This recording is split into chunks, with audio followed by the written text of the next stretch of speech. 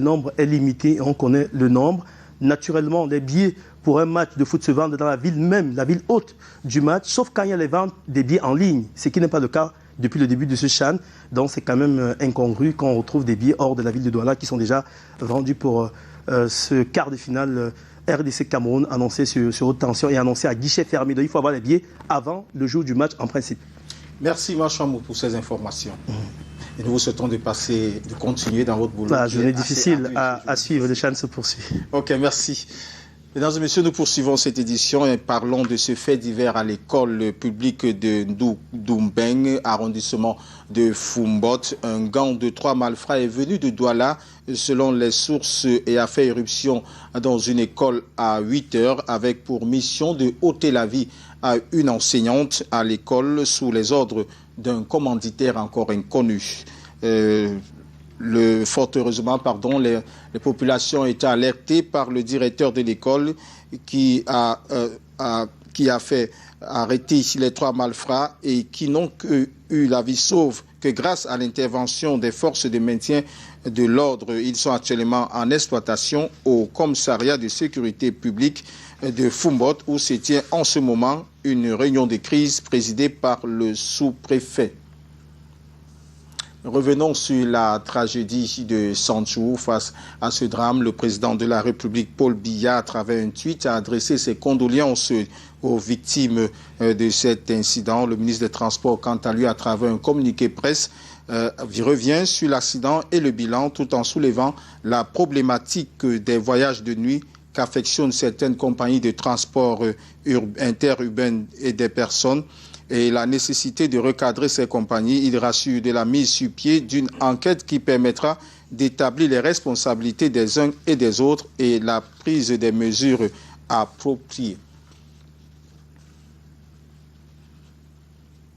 La suite de cette édition bilingue, c'est avec vous, Mourindi. Thank you so much. Survivors of the deadly accident at La Falaise Hill have remained under intensive care at the district hospital in Chang in the west region of Cameroon. Out of the 29 survivors, 6 are in a critical condition and have been evacuated to the referral hospital in Bafoussam in the west region of Cameroon. It's obvious we can't have that story. We move to something else, but we stay on the accident story. There has been commotion as the Menua agency here in Douala after news of the ghastly road accident went viral. Agency officials of the agency immediately shut down the agency in fear of reprisals and attacked the details in the following story.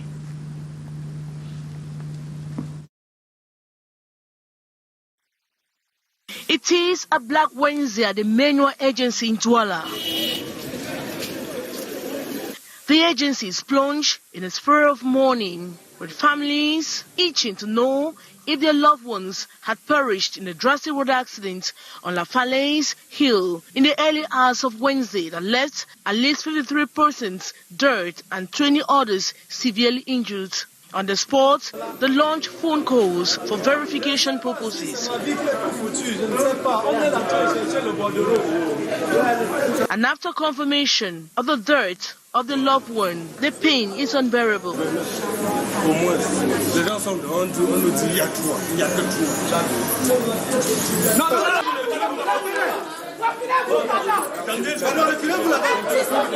The agency, in fear of reprisal and attacks from affected families, immediately shut down the agency Wednesday morning. No loading of passengers or any other activity. It is a dirt agency this Wednesday, with only people continuously streaming in to get first-hand information. Families are demanding a manifesto, check if their loved ones were involved. No official is seen on the spot. Buses have all been stationed. Everyone that comes around is traumatized.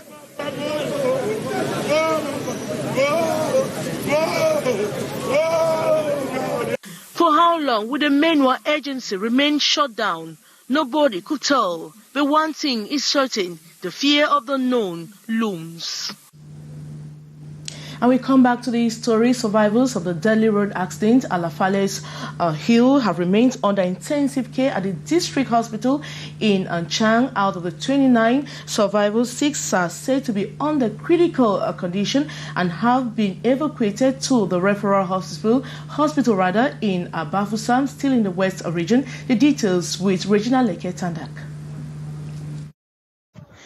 At the district hospital in Chang, survivors of the fatal accident at La Falaise Hill remain under intensive care. Local administrative authorities have visited the victims to encourage them.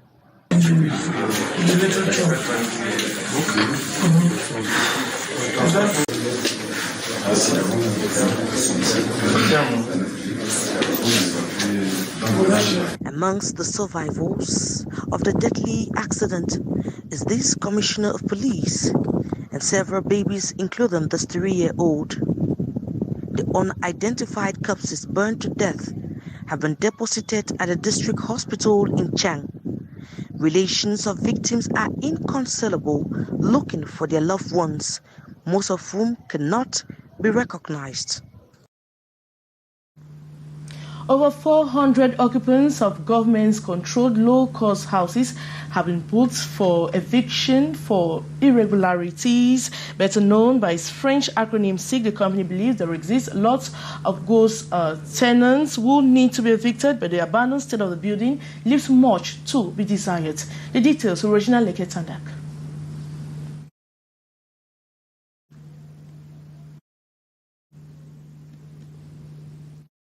Inhabitants of Bamenda woke up to 2 loud sounds this Wednesday morning at the Azari New Church neighborhood in Bamenda 2 subdivision. I just came here and I discovered that something was going around here. So I said the sample I lived just behind here. I just left the road and was going up to the house. On reaching there, I heard the sound. As I heard that sound, I then ran and went right behind the house there. Then on reaching behind the house, I heard another second sound again. So the children were supposed to go to school. They did not go to school. I asked them to wait in the house first. So when they went now in the house, then when the thing told, so I asked them to wait in the house. It turned out to be the explosion of 2 improvised explosives just around where police officers are used to mounting a checkpoint. Following the shock waves implanted in the minds of the population and security forces as a whole, all makeshift structures around came under check, for no one knows tomorrow. Every day we find people who gone moving on the street, we find the military who gone, we find the fighters who gone, and all or not. There's insecurity in this time. We are begging with the government to see how they open up for this thing to be redressed once and for all. Meanwhile, gunshots were later heard at the Santa Park area along Bamenda's Commercial Avenue as police officers on duty fired in the air to dissuade bike riders, accompanying the corpse of 17-year-old Aloysius, one of the 4 teenagers killed over the weekend at Meta Quarters. That was rather a report on another bomb explosion in Bamenda in the northwest region of Cameroon. We come back to this story. Over 400 occupants of government-controlled low-cost houses have been booked for eviction following irregularities. Better known by its French acronym SIG, the company believes that lots of ghost tenants would need to be evicted, but the abandoned state of the buildings leaves much to be desired. Regina Leke-Tandak reports. The degraded state of the walls of this real estate building in the Douala 5 municipality speaks volumes of structures visibly abandoned. Off camera, one of the inhabitants of this building explains their pain. We have tried to put a gate for our own security. We also keep an eye on our children because we have had situations where children disappeared. We have sometimes been attacked, beaten by snakes. We are doing the work ourselves. But how do you obtain a low-cost housing? My parents are the ones who rented this apartment. It's been about 30 years.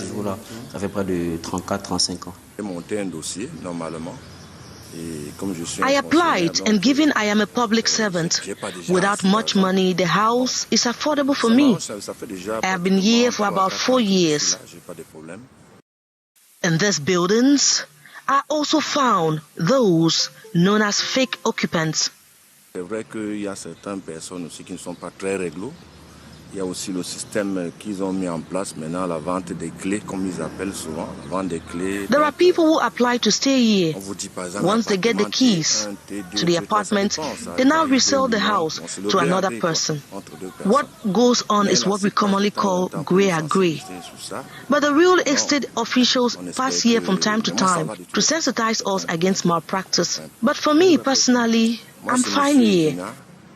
Contacted on the phone, officials of the Cameroon Real Estate Company, commonly known by its French acronym SIC, declined to comment. SIC is controlled by the state by at least 86%. Recently, the company published a list of about 452 tenants that have been evicted from the buildings.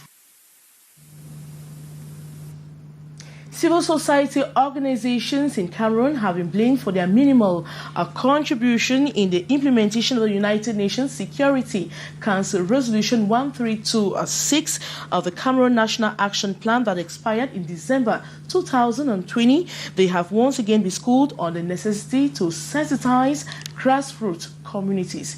Beatrice Ngamo has the rest of the story.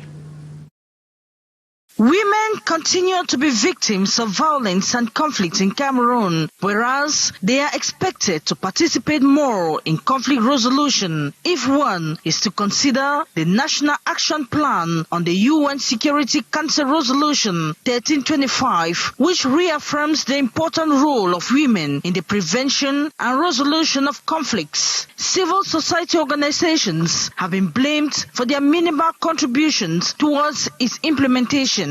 According to these women activists, the realization of Cameroon's four-dimensional commitment towards the women peace and security agenda in all 360 council areas in Cameroon warranted an active, consistent and coherent participation of civil society organizations in public arenas of peace building from grassroots to national levels. They are therefore meeting in Douala to reinforce the capacities of these civil society organizations so that the new National Action Plan that will be put in place should be effective. I'm here to represent refugee and migrant women. I'm here to make sure that their voice must be counted in the next National Action Plan, because for the previous, they were not really talking about refugee and migrant women. That's why I'm here. The first National Action Plan on the UN Security Council Resolution 1325 expired in December 2020, and many grassroots communities still remain unaware and have not been consulted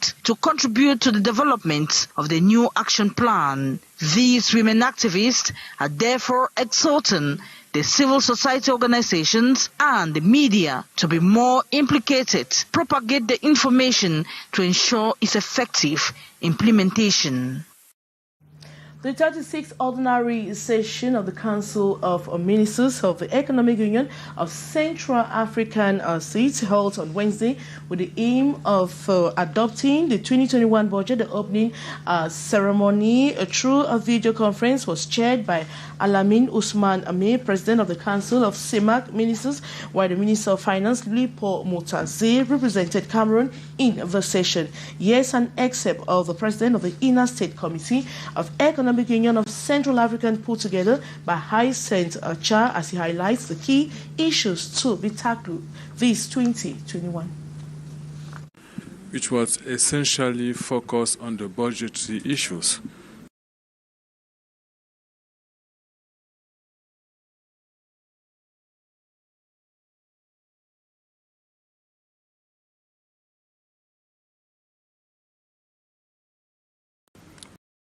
Taking into account our context, which is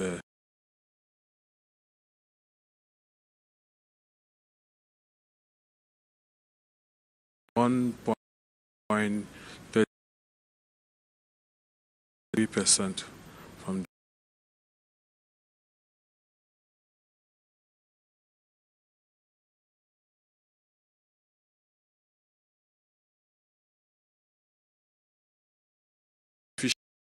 when we are managing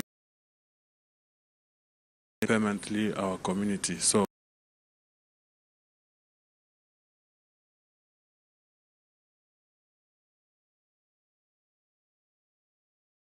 Committee of Shan 20. Eric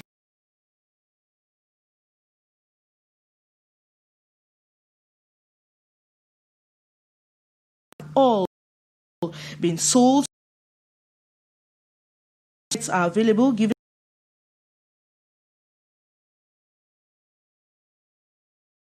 for the scramble at the different accounts.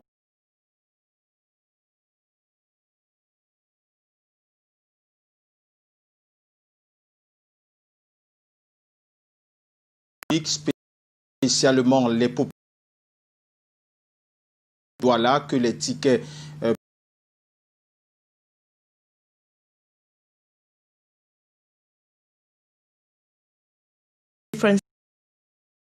les points de vente, le quota prévu par la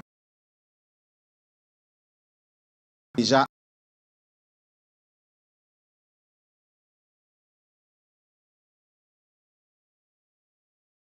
à rejoindre, à regagner leur